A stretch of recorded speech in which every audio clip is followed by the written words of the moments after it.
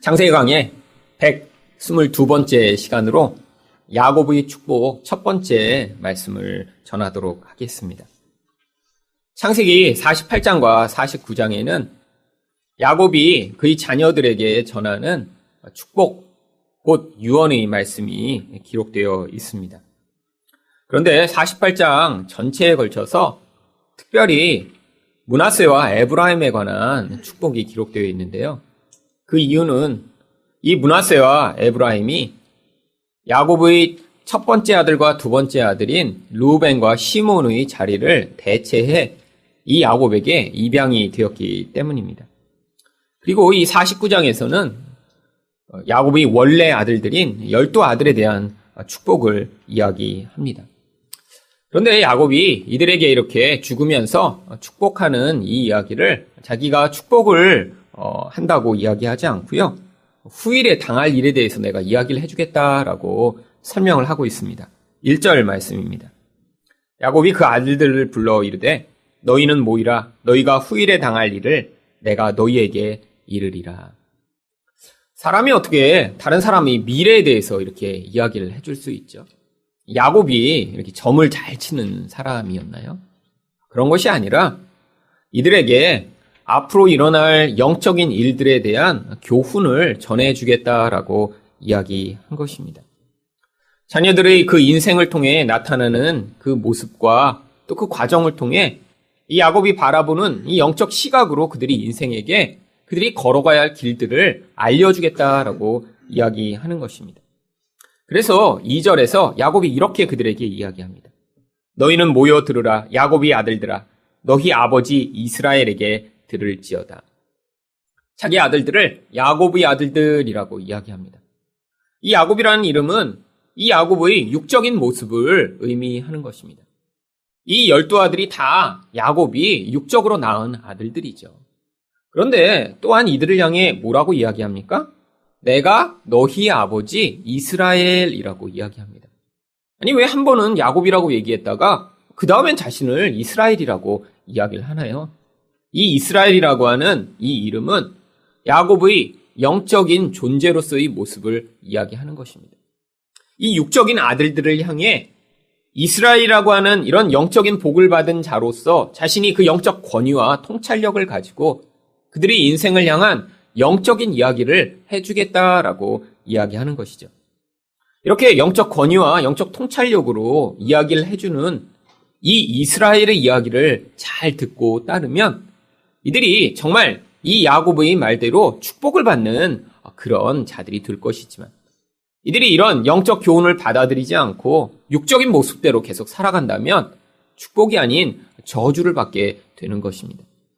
그래서 이 야곱의 축복이라고 흔히 이야기되는 이 창세기 49장에는 우리가 그냥 쉽게 읽어보기만 해도 이렇게 축복보다는 이렇게 아들들을 향해 이렇게 저주하는 것 같은 이야기가 여러 군데에 담겨 있습니다.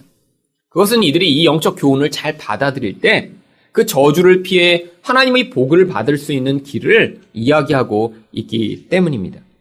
그렇다면 야곱은 자녀들에게 어떤 영적 가르침을 남긴 것인가요?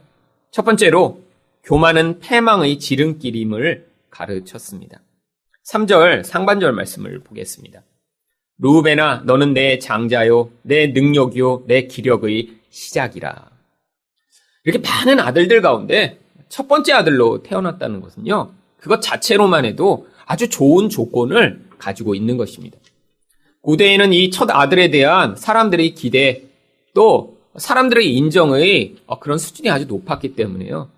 특별히 이렇게 많은 아들들 가운데 첫째가 된다는 것은요. 이 르우벤이 태어날 때부터 다른 아들들보다 훨씬 좋은 조건을 가진 것이죠. 소위 이야기하면 다른 아들들보다 탁월한 그런 금수저하나를 가지고 태어난 것입니다. 그런데 태어나는 조건만 이 르우벤이 좋았던 것이 아닙니다. 3절 하반절을 보시면 위풍이 월등하고 권능이 탁월하다마는 이 르우벤은 아마 굉장히 멋진 사람이었던 것 같아요. 여기 위풍이라고 번역된 것은요. 한 사람이 가진 위엄과 영광을 이야기합니다. 이 아들을 보니까 이렇게 볼품없고 능력이 없는 게 아니라요. 처음에 태어난 조건뿐 아니라 그가 가지고 있는 그런 선천적 능력 또한 다른 아들보다 훨씬 좋았던 것입니다. 너 정말 큰아들을 할 만하다. 이렇게 딴 아들보다 똑똑하고 배려심 있고 정말 너가 큰아들 같아 라고 할 만한 그런 조건이 있었던 것이죠. 이렇게 선천적으로 가지고 있는 이런 특별한 능력, 그러면 이런 능력을 가지고 얼마나 좋은 인생, 좋은 결과가 나와야 하나요? 그런데 이런 좋은 조건을 가지고 있었지만 문제가 생깁니다. 4절 상반절입니다. 물의 끓음 같았은즉 너는 탁월하지 못하리니. 물이 어떻게 끓나요? 언제 끓을지 모르는데 갑자기 확 끌어올리는 경우가 많이 있습니다. 이처럼 지금 이 루벤이요, 갑자기 감정이 안에서 격동하다가 하지 말아야 될 일을 한 거예요. 이 한 번의 실수로 말미암아 그가 가지고 있던 이 모든 탁월함이 다 무로 돌아가게 되는 그런 결국이 나타난 것입니다. 왜? 도대체 무슨 일을 했길래 이런 탁월함이 이렇게 다 소용없어진 것인가요? 4절 하반절에서 야곱이 이렇게 이야기합니다. 내가 아버지의 침상에 올라 더럽혔음이로다. 그가 내 침상에 올랐었도다. 바로 이 루벤이 아버지의 첩인 비라와 동침한 사건을 이야기하고 있는 것입니다. 이 사건에 대해서 창세기 35장 22절은 이렇게 이야기하고 있습니다. 이스라엘이 그 땅에 거주할 때 루벤이 가서 그 아버지의 첩 비라와 동침함에 이스라엘이 이를 들었더라. 이 고대, 지금으로부터 한 4,000년 전의 이야기입니다. 그러니까 그때는요, 이렇게 아내가 여러 명 있고 또 첩이 있는 것이 아주 이상한 것이 아니었습니다.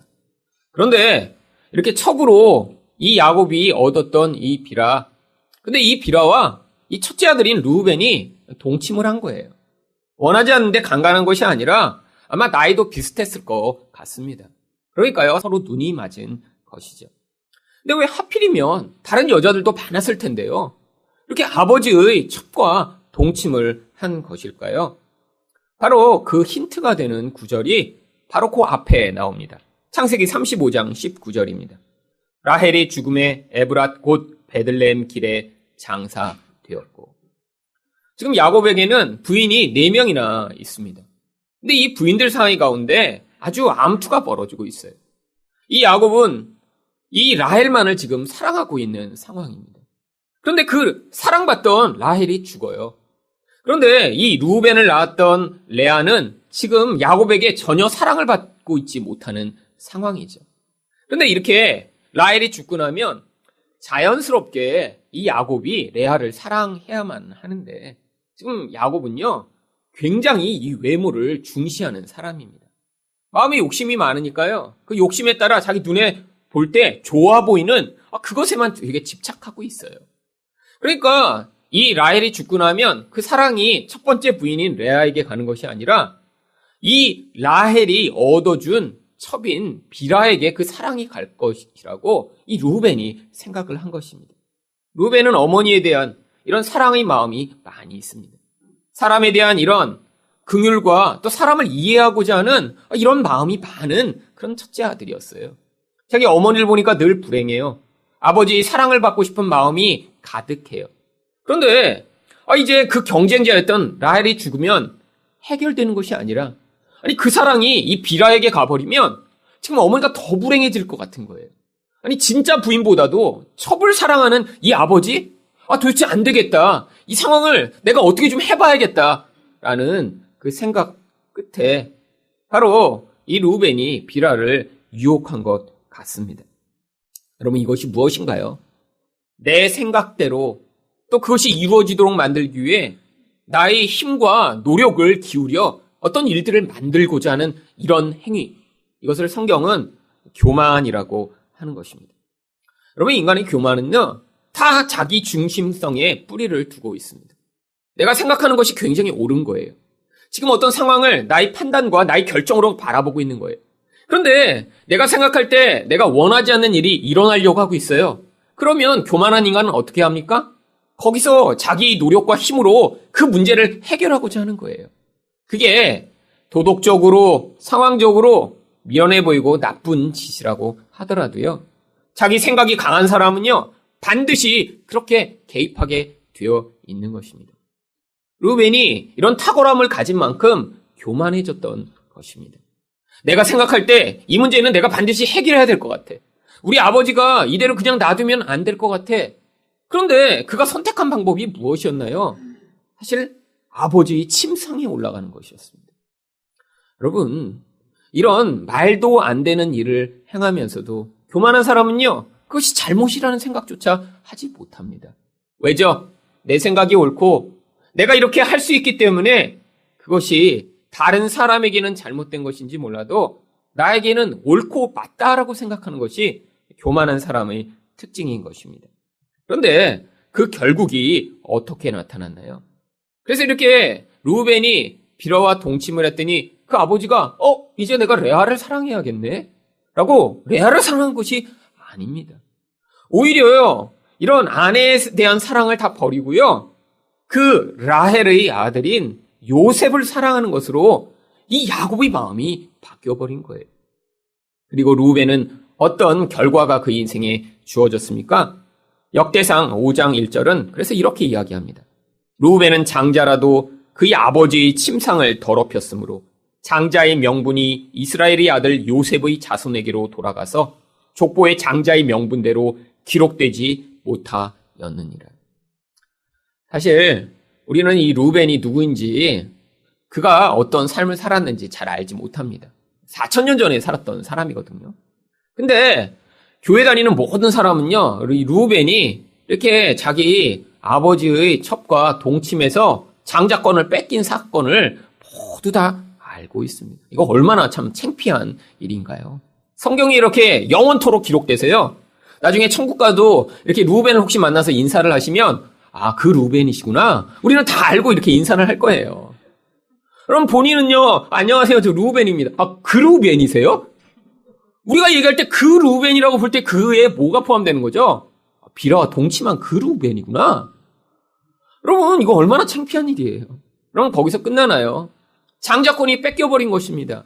하나님의 복을 받고 그 복을 흘려보낼 수 있는 그 놀라운 권위가 빼앗겨 버린 것이죠. 여러분, 왜 그랬죠? 순간의 감정 때문에 그런 것이 아닙니다. 교만해서 그런 거예요. 자기 생각이 옳고 내 뜻이 옳고 내가 하는 이 모든 것이 내 힘으로 바꿀 수 있다고 생각하는 이 교만함 때문에 이 무서운 결국이 벌어진 것입니다. 여러분, 그런데 이렇게 한 사람만 그렇게 교만하고 끝나면 괜찮은데요, 사실 이 교만은요, 전염되게 되어 있습니다. 근데 그 똑같은 일이요, 이 루벤 지파에 나타납니다. 이 조상이었던 루벤이 이렇게 교만했더니요, 사실 그 지파들도 똑같이 행동하는 거예요. 무슨 일이 벌어지냐면 이스라엘 백성들이 이제 요단강 동쪽으로 이제 올라가서 이제 요단강을 건너기 바로 전에 벌어진 일입니다. 이제 요단강을 건너가면요, 이 땅을 하나님이 가나안 땅이라고 해서 그들에게 주셨다고 약속을 했어요. 근데 루벤 지파가 이 가나안 동쪽 땅을 올라가서 보니까요, 이 땅도 땅이 되게 좋은 거예요. 그러니까 이들이 거기서 어떻게 주장을 하냐면 민수기 32장 2절과 5절 말씀입니다. 갓 자손과 루벤 자손이 와서 모세와 제사장 엘르아살과 회중 지휘관들에게 말하여 이르되, 또 이르되 우리가 만일 당신에게 은혜를 입었으면 이 땅을 당신이 종들에게 그들이 소유로 주시고 우리에게 요단강을 건너지 않게 하소서.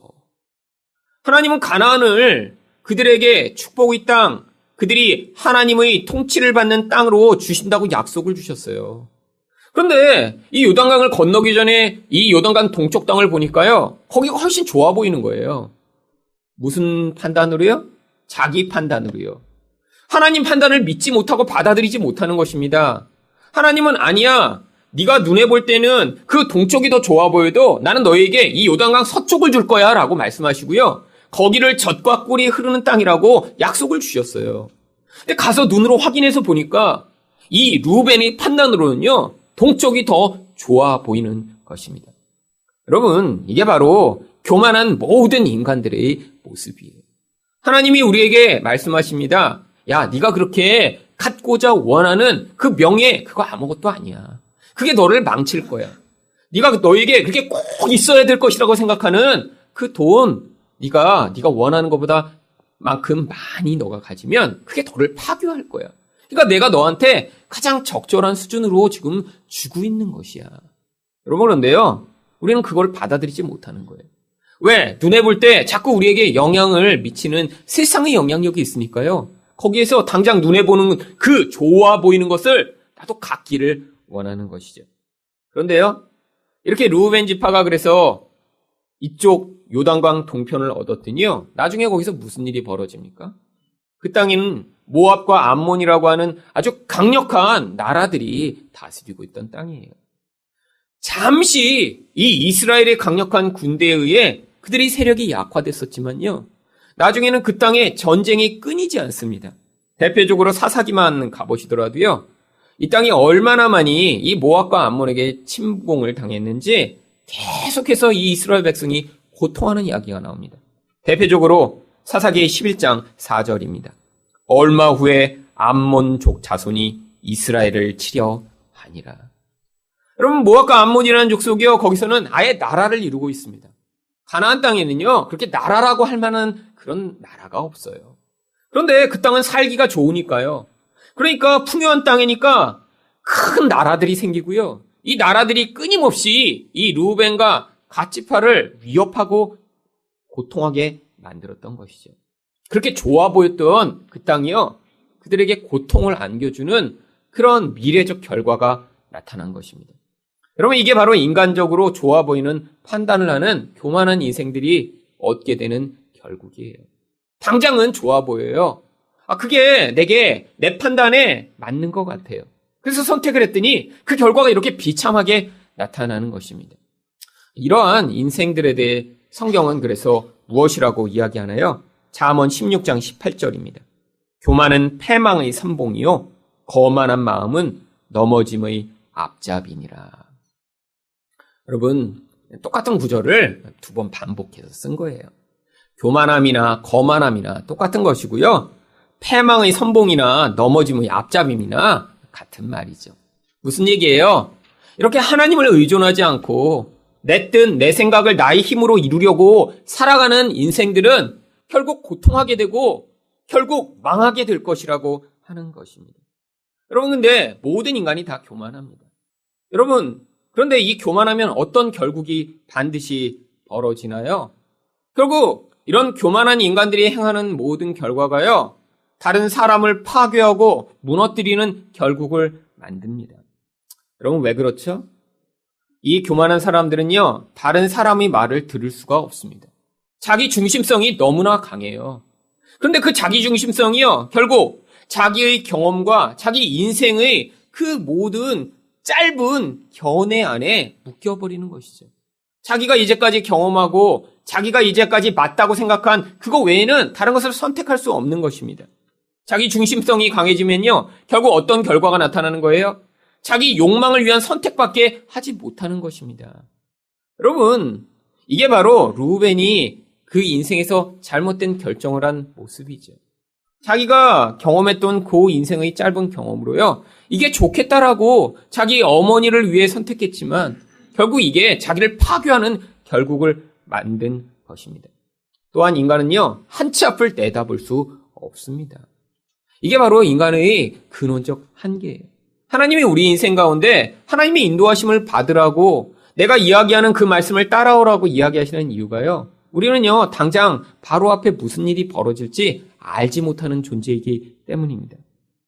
또한 결정적으로요, 인간은 아무리 노력해도요, 인간의 근원과 마음 안에서 벌어지는 죄악의 문제를 해결할 수 없기 때문이에요. 여러분, 르우벤이 열심을 내서 이 아버지의 사랑을 자기 어머니 레아에게 돌이키고자 했습니다. 근데 왜 그 일이 불가능하죠? 그 일은요, 이 야고보의 근원 안에 있는 그 깊은 욕망이라고 하는 죄악이 만들어낸 결과로 나타나는 결국이었기 때문이죠. 여러분, 이것은 중간에서 어떤 한두 사람이 개입한다고 해결될 문제가 아닌 것입니다. 여러분, 이것은 하나님이 개입해 오셔야 가능한 거예요. 그래서 하나님이요, 이 야곱의 인생 가운데 그 깊은 죄악과 욕망을 해결하시기 위해 인생이라는 과정을 통해 이렇게 남들이 볼 땐 고통스럽고 험악한 인생을 살아가도록 지금 개입해 오고 계신 거예요. 여러분, 이 인간의 그 무서운 죄악과 욕심의 문제는요, 하나님만이 해결해 주실 수 있습니다. 근데 그것을요, 인간이 이렇게 한두 번의 행위로 절대로 해결할 수 없는 것이죠. 여러분, 그런데 인생 가운데 어떤 사람이 더 이렇게 교만하게 행동하나요? 자기가 남보다 더 좋은 조건을 가지고 있다고 생각하는 사람이 더 교만하게 행동하기 마련입니다. 여러분 가운데도 사실 여기 계신 분 한 명도 똑같은 조건을 가진 분이 없으세요. 여러분 태어날 때부터 남과 다른 조건을 다 가지고 태어나고요. 살다 보면요.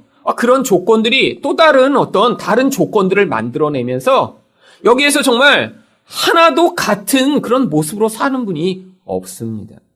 그런데 여러분 가운데 세상적으로 남보다 더 좋은 조건을 가지고 있는 분도 계세요.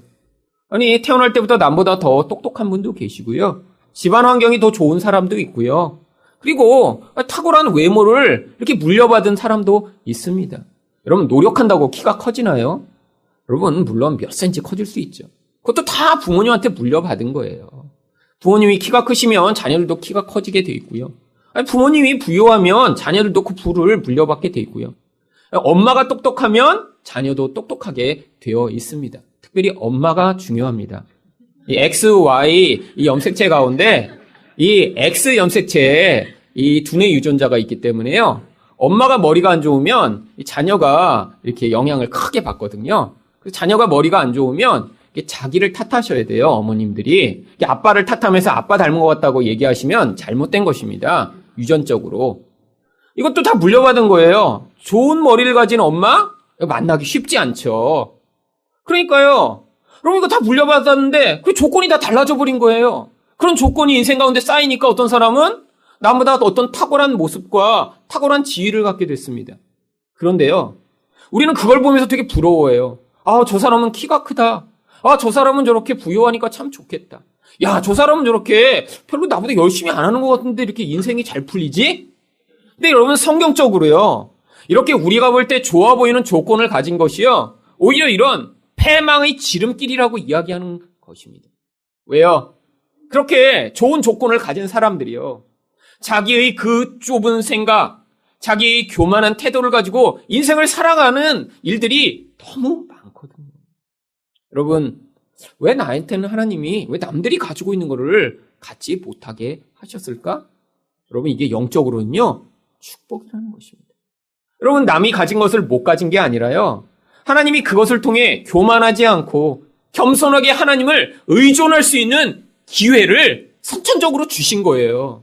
그러니까 여러분이 남보다 이렇게 키가 약간 작으시거나 아니면 이렇게 어떤 능력을 갖지 못하시면요. 나는 이걸 못 가졌네가 아니라 나는 겸손할 수 있는 이런 복을 받은 자이구나라고 생각을 하셔야 되는 것입니다.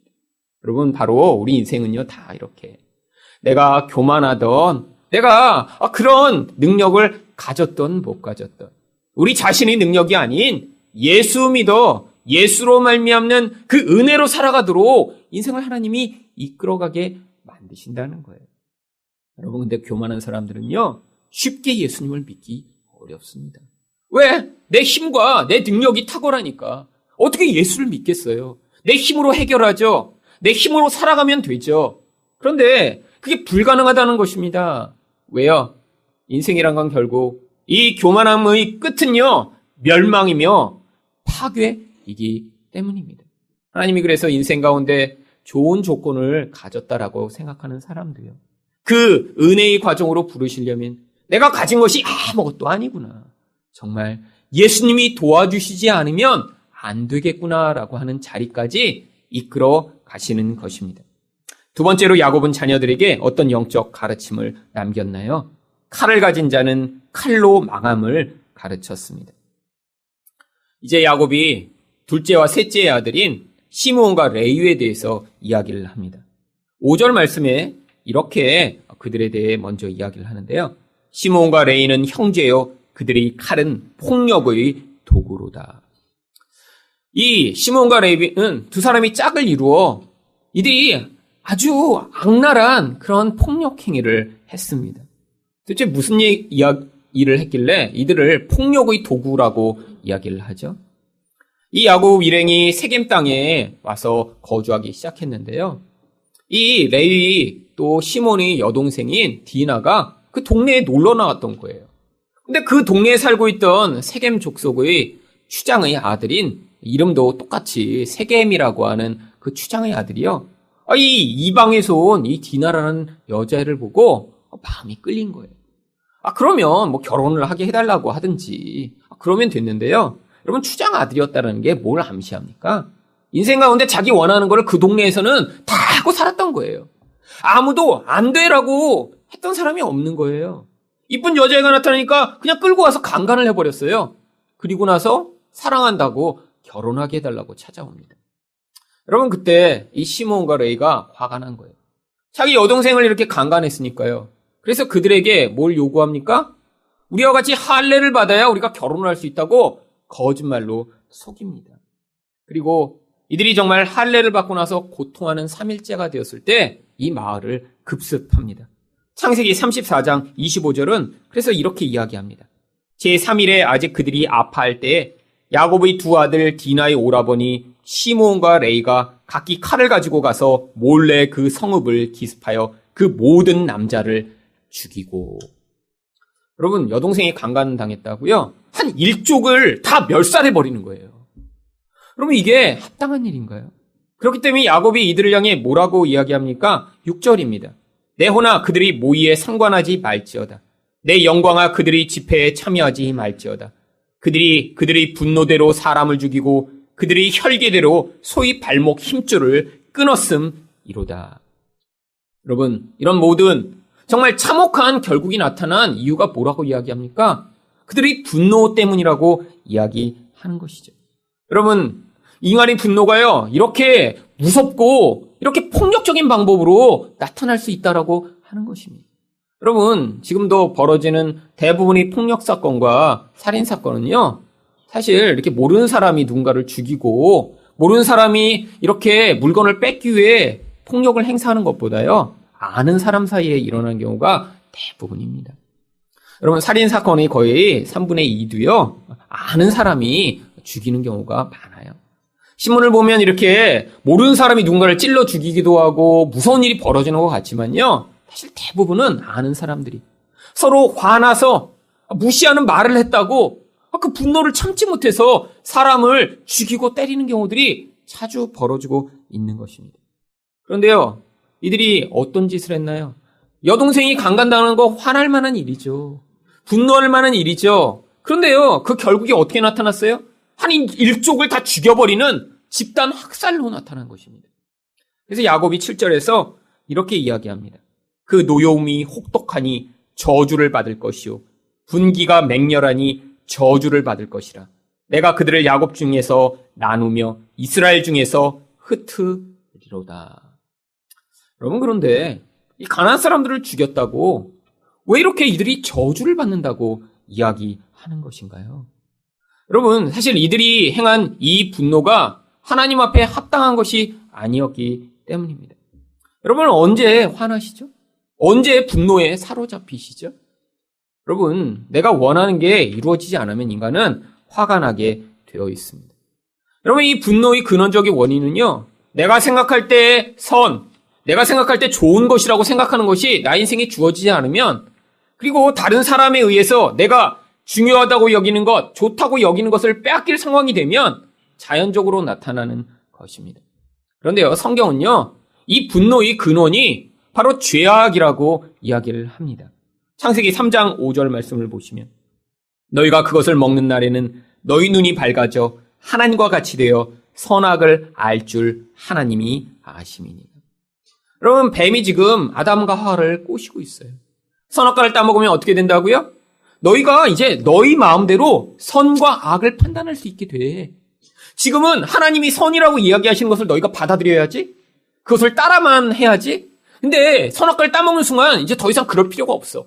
네가 선을 결정하는 거야. 너한테 좋은 것을 네가 결정하는 거야. 그리고 그것을 네가 스스로 할 수 있게 돼. 그게 바로 하나님 노릇이야.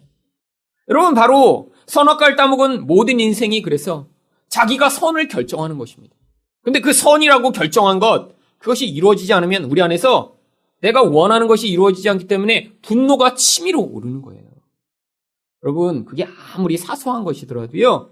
우리 안에서 이 분노는 엄청 강력한 힘을 가집니다. 여러분 물론 이제 교양 있는 여기 계신 분들과 같은 경우에는요. 사실 서로 화난 장면을 잘 목격하기 쉽지 않습니다. 여러분 지난 2년 반 동안 제가 화내는 거 보셨나요? 보셨으면 저랑 굉장히 친하신 거예요. 여러분 저희 가족은 제가 화내는 걸 봤을까요? 물론요. 여러분 누군가 화내는 걸 봤다는 건요 아주 친하다는 거예요. 같이 산다는 거예요. 같이 살지도 않는데 누군가 화내는 걸 봐요? 그런 경우에는 자동차 운전하는 걸 옆에 탔거나 아니면 정말 이렇게 필요 이상으로 너무 가까워진 거예요. 그럼 대부분요 화 안 냅니다. 겉에서는요. 근데 우리 안에 다 화가 나요. 근데 왜 화나죠? 내가 원하는 게 이루어지지 않아서 화가 나요. 아니요. 화가 안 나면요. 속으로 삐지고요. 미워하고요. 안에 원한을 품습니다. 이게 더 무서워요. 차라리 겉으로 화내면요. 속으로 원한을 안 품는데. 이 원한을 품는 사람은 어떤 줄 아세요?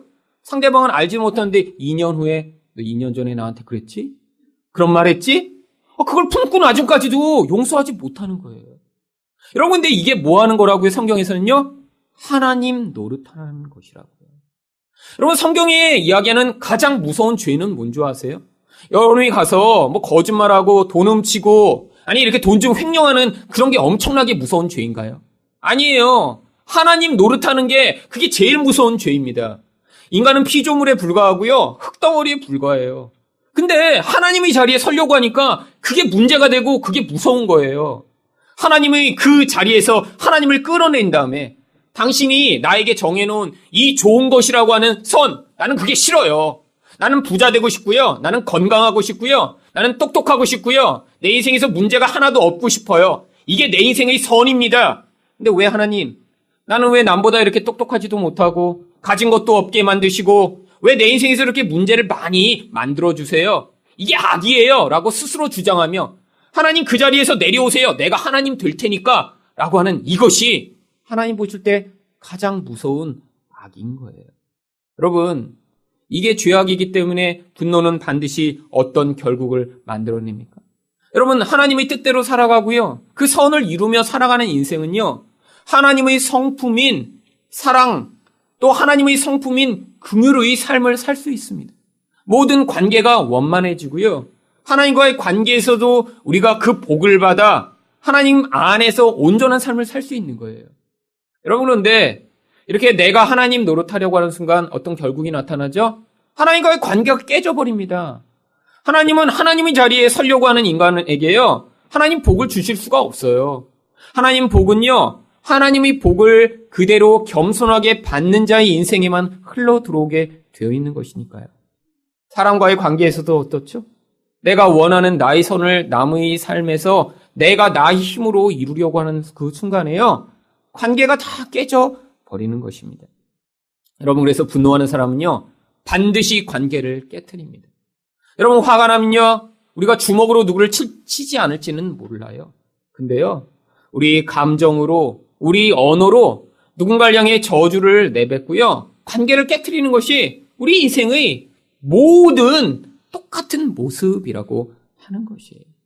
여러분 우리는 얼마나 그래서 말로 다른 사람에게 우리 안에 있는 이 분노를 표현하고 있나요? 성경이 그래서 야고보서 3장 8절과 9절에서 뭐라고 이야기를 하죠? 혀는 능히 길들일 사람이 없나니 쉬지 아니하는 악이요 죽이는 독이 가득한 것이라. 이것으로 우리가 주 아버지를 찬송하고 또 이것으로 하나님의 형상대로 지음을 받은 사람을 저주하나니.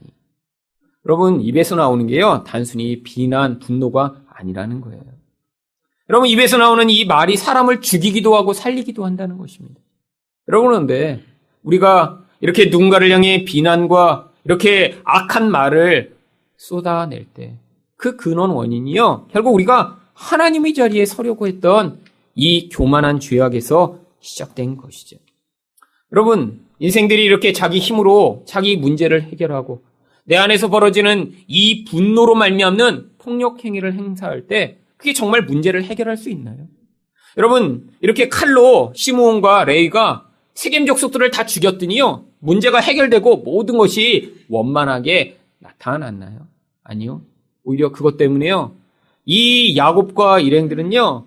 도망치는 도망자의 삶을 살아야만 했습니다. 여러분 이게 바로 영적 원리예요. 세상에는요. 누군가를 내가 내 칼로 내 힘으로 해결하고 폭력을 행사하면요. 반드시 그 대가를 경험하게 되어 있는 거예요. 여러분, 그런데 이게 시몬과 레위만의 문제가 아닙니다. 모든 하나님 백성들이 다 그런 거예요. 세상에 살다 보니까요, 내 힘으로 해결하고 싶어요. 내 안에 분노가 일어나는데요, 나보다 약한 사람이 있으면요, 그 약자를 향해서 이 분노를 쏟아내고 싶어요. 물론요, 우리도요, 힘이 강해지면 그 강자를 향해서도 분노를 쏟아내고 싶죠. 근데요, 힘이 약하니까 늘 누구한테만 분노를 쏟아냅니까? 약자한테만 분노를 쏟아내죠. 여러분, 근데 예수님이 말씀하셨어요. 이렇게 자기 칼을 믿고 생활하면 그 결국이 어떻다고요? 반드시 멸망이라고요. 여러분, 마태복음 26장 51절에서 그래서 예수님이 베드로에게 이렇게 말씀하십니다. 이에 예수께서 이르시되 내 칼을 도로 칼집에 꽂으라. 칼을 가지는 자는 다 칼로 망하느니라. 여러분, 베드로가 예수님을 잡으려 온 군병들을 보고요, 거기서 칼로 말고의 귀를 확 잘라버렸어요. 여러분, 칼로 귀를 자른다. 여러분, 이렇게 귀를 보면서 베드로가 저 귀를 잘라야지. 그래서 귀를 이렇게 싹 잘랐을까요? 머리를 이렇게 찍거나 그러려고 했는데요, 칼이 날라오니까 말고가 싹 피했다가 귀만 잘린 거죠. 사실은 귀를 자르려고 한 게 아니에요. 자기 칼로 한번 그 힘을 한번 행사해보고자 한 거예요. 여러분, 근데 정말 그래서 이렇게 모가지가 잘리거나 머리가 이렇게 칼에 맞았으면 어떤 일이 벌어졌을까요? 아마 거기 있는 군병에 의해 베드로가 죽임을 당하고요, 제자들은 다 죽었겠죠. 여러분, 그때 예수님이 말씀하신 거예요. 예수님이 힘이 없어서 잡혀가셨나요? 아니라는 거예요. 그런데 이 인생 가운데 칼을 가지고 행하는 자, 무력으로 다른 사람을 지배하려고 하는 자, 결국 그것으로 자기의 그 분노를 표출하는 자는 그 결국을 당하게 되어 있다는 것이 예수님의 영적 원리인 것입니다. 예수님은 그래서요, 가장 약한 모습으로 붙잡아 가셨던 것입니다. 여러분, 이렇게 하나님 노릇을 하며 사람을 향해 분노를 쏟아내고 자기가 하나님 자리에 서려고 하는 인간들을 향해 하나님이 어떻게 반응하시나요? 괜찮아. 내 보호자가 넓으니까 너가 이렇게 여기 와서 같이 앉아도 돼. 하나님은 절대 그렇게 안 하세요. 자기 자리를 찬탈하려고 하는 이 인간의 무서운 반역에 대해 하나님이 반응하시는 방법이요, 진노와 심판이라고 하는 것입니다. 그래서 신명기 29장 20절이 이렇게 이야기합니다. 여호와는 이런 자를 사하지 않으실 뿐 아니라 그 위에 여호와의 분노와 질투의 불을 부으시며 또 이 책에 기록된 모든 저주를 그에게 더하실 것이라. 여호와께서 그 이름을 천하에서 지워버리시되. 여러분, 하나님은 절대로 자기 자리를 찬탈하려고 하는 이 인간의 반역과 죄악을 용납하실 수 없어요. 그래서 인간을 향해 진노와 심판을 쏟아 부으신다고 말씀하십니다. 그런데요, 성경이 뭐라고 얘기하죠? 모든 인간이 다 이렇게 하나님이 진노 아래 있는 자라고 이야기를 하는 거예요. 에베소 2장 3절은 그래서 이렇게 이야기합니다. 전에는 우리도 다 그 가운데서 우리 육체의 욕심을 따라 지내며 육체와 마음의 원하는 것을 하여 다른 이들과 같이 본질상 진노의 자녀이었더니. 그럼 우리가 다 그렇게 진노를 받아 죽을 수밖에 없는 자라고 성경이 이야기합니다. 그런데 여기에 반전이 일어납니다. 이렇게 하나님의 진노 아래 있어서 늘 우리가 화낼 때마다 내가 하나님 노릇하려고 했으니까요, 그러니까 우리는 죽어 마땅해요.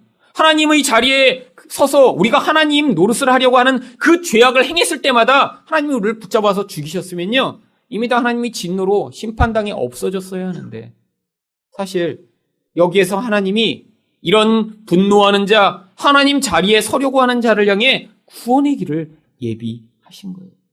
바로 이 구약에 나왔던 시므온 지파의 이 시므온과 같은 이름을 가진 사람이 앞으로 어떤 일이 일어날 것인지 어린아이였던 예수님을 만난 다음에 이렇게 예언을 합니다. 누가복음 2장 34절부터 35절입니다. 시므온이 그들에게 축복하고 그의 어머니 마리아에게 말하여 이르되, 보라, 이는 이스라엘 중 많은 사람을 패하거나 흥하게 하며 비방을 받는 표적이 되기 위하여 세움을 받았고 또 칼이 내 마음을 찌르듯 하리니. 여러분, 이것도 좋은 예언인가요? 여러분, 어떤 예언을 하는 거예요? 아기를 보면서 이 아기는 나중에 많은 사람들이 아기를 다 비방하고 공격할 거야. 근데 그게 얼마나 심한지 이 아기 엄마는 나중에 얼마나 고통스러운지 칼이 너 마음을 찌르듯이 고통스러울 거야.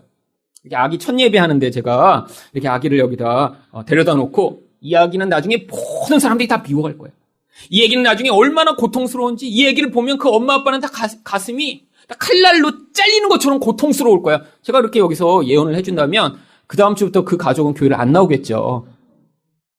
여러분, 왜 시몬이 이렇게 얘기를 하고 있나요? 사실은 이 일이 예수님에게 벌어지고요. 그것으로 말미암아 이 마리아가 얼마나 고통스러울지를 지금 예언하고 있는 것입니다. 아니 왜 예수님이 이렇게 사람들에게 비난을 받고 사람들의 분노의 대상이 되어야 하나요? 우리가 바로 그 자리에 섰어야 되기 때문입니다. 하나님을 반역한 죄, 우리가 이렇게 늘 분노하며 하나님 노릇하려고 하는 이 죄에 대해서 하나님이 심판을요, 우리에게 내리시지 않고 바로 이 예수에게 내리실 것을 지금 이 시몬을 통해 예언하고 계신 거예요. 여러분, 그래서 어떤 일이 벌어지나요? 바로 자기들이 하나님 노릇하겠다라고 하는 대제사장과 서기관들이 이 예수님을 향해 분노하기 시작합니다. 마태복음 21장 15절 말씀입니다. 대제사장들과 서기관들이 예수께서 하시는 이상한 일과 또 성전에서 소리질러 호산나 다윗의 자손이여 하는 어린이들을 보고 노하여. 여러분, 하나님한테 지금 화가 난 거예요, 사람들이요. 아니, 진짜 하나님이 세상에 오셨습니다. 예수님이 하나님으로 이 땅에 오신 거예요. 그러면 그 앞에서 무릎을 꿇고 겸손하게 그가 원하시는 대로 섬겨야 되는 게 그게 정상이 아닌가요? 그런데 하나님이 오셨는데요. 그 하나님을 향해 지금 화가 나서 못 견디고 있어요. 이 분노가 나중에 점점 심해지니까요. 어떤 결국이 나타나나요? 마태복음 26장 59절입니다. 대제사장들과 온 공회가 예수를 죽이려고 그를 칠 거짓 증거를 찾으니. 여러분, 화가 나니까요. 나중에 그 하나님을 죽이겠다는 그런 모의를 하기 시작하고요. 결국 요한복음 19장 6절에서 대제사장들과 아랫사람들이 예수를 보고 소리질러 이르되 십자가에 못 박으소서, 십자가에 못 박으소서 하는지라. 여러분, 인간이요, 이렇게 하나님 노릇을 하며 하나님을 죽여버린 것입니다. 여러분, 정말 여러분이요, 정말 이 땅에서 이렇게 하나님의 심판을 받고 진노의 대상이 되시는 것이라는 사실을 받아들이고 계신가요? 아니, 매일 화가 날 때마다 나는 정말 오늘도 하나님 노릇을 하고 있네. 내가 이렇게 하나님 노릇을 하며 하나님 자리에 서려고 할 때마다 나에게는 원래 하나님의 진노와 심판이 임해야 되는데 하나님 나를 대신하여 예수님을 십자가에 달려 하나님의 진노를 그에게 부으셔서 저를 살려주심을 감사합니다라는 그런 반응을 하셔야 하는 것입니다. 마지막으로 야곱은 자녀들에게 어떤 영적 가르침을 남겼나요? 저주는 희생을 통해서 축복으로 바뀜을 가르쳤습니다. 7절 말씀을 다시 보겠습니다. 그 노여움이 혹독하니 저주를 받을 것이요 분기가 맹렬하니 저주를 받을 것이라. 시몬과 레위에게요, 이 분노의 결과로 그들이 이 저주를 이렇게 받게 된다고 하는 거예요. 저주란 게 도대체 뭐죠? 막 몸에 저주를 받으면 막 이렇게 종기가 나고 막 눈이 튀어나오고 막 여기서 막 구더기가 자라고 이런 게 저주인가요? 아니요. 저주는요, 하나님의 생명, 하나님의 축복을 받지 못해서 영적으로 공허하고 자기 안에 있는 아무런 생명이 없는 채로 이 땅을 살아가게 되는 그 상황을 저주라고 이야기하는 거예요. 여러분, 영혼이 공허하니까 인간은 그럼 반드시 뭐를 하게 되나요? 자기 안에서 그 공허감, 영적이 뻥 뚫린 마음을 메꾸고 무엇인가 의존할 대상을 찾기 위해 우상 숭배를 하게 되어 있습니다. 그럼 이 우상 숭배가 저주받은 인간들에게 나타나는 그래서 가장 전형적인 태도인 것이에요. 여러분, 공허하니까 욕심이 생겨요. 이 욕심을 근데 내 힘으로 이룰 수 없어요. 그래서 그 욕심을 이루어줄 어떤 대상을 찾은 다음에요, 이게 나의 욕심을 이루어주겠구나, 이게 내 뜻을 이루어주면 내가 행복해지겠구나라는 이 인간의 태도. 여러분, 바로 이런 모습이요, 이스라엘 백성에게 그래서 끊임없이 나타났던 것입니다.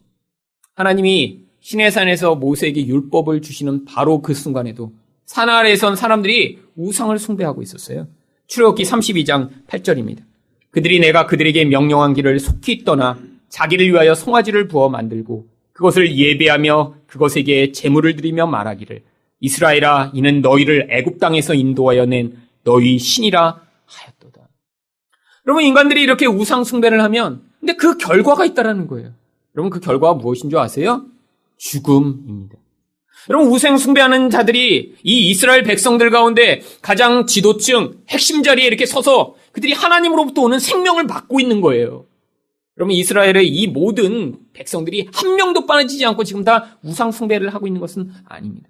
근데 가장 지도층이라는 사람들, 가장 똑똑한 사람들, 그들을 영적으로 인도해야 할 자들이요, 바로 이런 우상을 만들어 놓고 거기에서 예배를 드리면서요, 이스라엘 전체가 하나님의 생명을 받지 못하는 상태가 된 것이죠.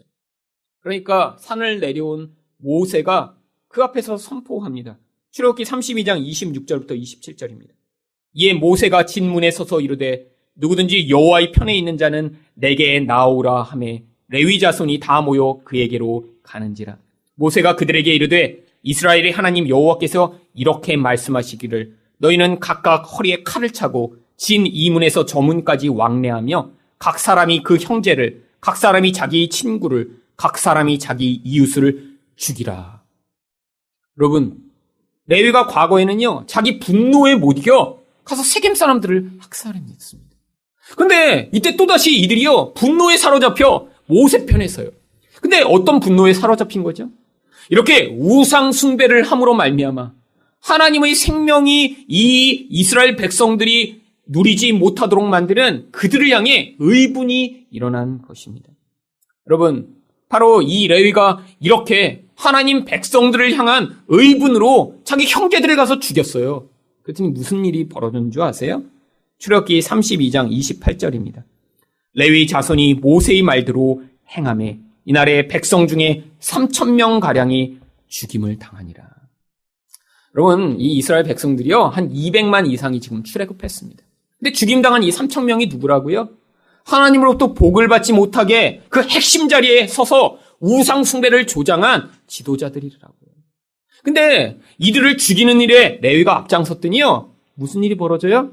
축복이 회복이 된 거예요. 여러분, 그래서 레위가 바로 하나님의 복을 전하는 자로서의 사명을 맡게 됩니다. 신명기 10장 8절에서 그래서 레위가 이렇게 축복을 받게 됩니다. 그때 여호와께서 레위 지파를 구별하여 여호와의 언약궤를 매게 하며 여호와 앞에 서서 그를 섬기며 또 여호와의 이름으로 축복하게 하셨으니 그 일은 오늘까지 이르느니라. 여러분, 야곱은 이 레위가요, 저주와 저주를 받게 될 것이라고 했어요. 근데 이 레위 지파가 나중에 이렇게 이스라엘 백성들이 하나님의 복을 받지 못하는 그 상황에서 우상 숭배자들을 죽였더니요, 나중에는 이 레위 지파가 하나님의 복을 흘려보내는 그런 놀라운 축복의 통로로 변화됩니다. 여러분, 그런데 이게 레위 지파의 이야기가 아니에요. 이런 저주를 받아 죽을 수밖에 없는 자들을 대신해, 사실 그 우상 숭배자들을 대신해 죽임을 당할 참된 레위이신 예수 그리스도의 이야기를 지금 이들을 모형으로 하고 있는 것입니다. 그래서 갈라디아서 3장 13절은 무엇이라고 이야기하나요? 그리스도께서 우리를 위하여 저주를 받은 바 되사 율법의 저주에서 우리를 속량하셨으니 기록된 바 나무에 달린 자마다 저주 아래에 있는 자라 하였습니다. 예수님이요, 우리가 받았어야 할 이 저주를 받고 마치 우상 숭배자들이 이렇게 칼에 죽임을 당하듯이요, 예수님이 십자가에서 수치스럽게 죽임을 당하셨던 거예요. 여러분, 우상 숭배자들이 죽었어야 할 그 자리에서 예수님이 죽임을 당하셨더니 어떤 일이 벌어집니까? 이제 우리에게 축복이 내려오게 된 거예요. 축복이 어떻게 내려오게 됐는지 사도행전 2장 1절과 4절에선 오순절날 있었던 일을 이렇게 이야기합니다. 오순절 날이 이미 이름에 그들이 다 같이 한 곳에 모였더니 그들이 다 성령의 충만함을 받고, 바로 저주를 받아 죽었어야 할 자들이 죽은 자리에서 바로 하나님의 복이 부어진 것처럼 예수님이 그들을 대신해 십자가에서 죽으셨더니요, 이제 그 하늘 복이 성령을 통해 하나님 백성들에게 내려오기 시작한 거예요. 그랬더니 어떤 일이 벌어졌는지 사도행전 2장 41절이 이렇게 오순절 사건을 마무리합니다. 그 말을 받은 사람들은 세례를 받음에 이날의 신도의 수가 3,000이나 더하더라. 여러분, 구약에서 몇 명이 죽었죠? 3,000명이요.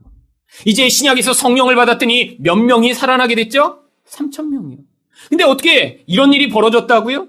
바로 저주받고 우상 숭배자들이었던 이 인간들을 대신해 예수님이 십자가에 달려 죽으셨더니요, 이제 하늘에서 하나님의 축복이 그 예수를 통해 우리에게 흘러 들어오게 된 것이, 레위보다 더 레위이신 제사장보다 더 훌륭한 대제사장이신 예수님을 통해 우리가 바로 이 복을 받게 된 것입니다. 여러분, 이 야곱의 축복은 그래서 전부 예수님의 이야기를 하고 있는 거예요. 여러분, 예수님 믿지 않고 교만한 인생은 결국 그 교만으로 멸망에 치달아 갈 수밖에 없는데, 그 교만을 내려놓고 예수를 붙들면 너희가 산다라는 이야기를 지금 야곱이 해주고 있는 거예요. 너가 매일 분노하며 하나님 노릇하려고 할 때마다 너가 심판을 받아 죽었어야 되는데 예수님이 그 심판의 자리에 대신 서셨기 때문에 너가 살 수 있다라고 지금 이야기해주고 있는 거고요. 너희가 이렇게 분노함으로 말미암아 저주를 받아 마땅한 자들인데 그 저주받는 자리에 예수님이 대신 서심으로 너에게 이제 성령으로 말미암아 하나님이 복이 임했다라고 야곱이 이야기하고 있는 것입니다. 여러분, 이 땅에서 이렇게 세상 사람들이 교만하게 자기 분노로 폭력을 행사하며 살아가는 이 세상에서 예수 그리스도를 믿음으로 말미암아 하나님의 온전한 복을 누리시는 여러분 되시기를 예수 그리스도 이름으로 축원드립니다.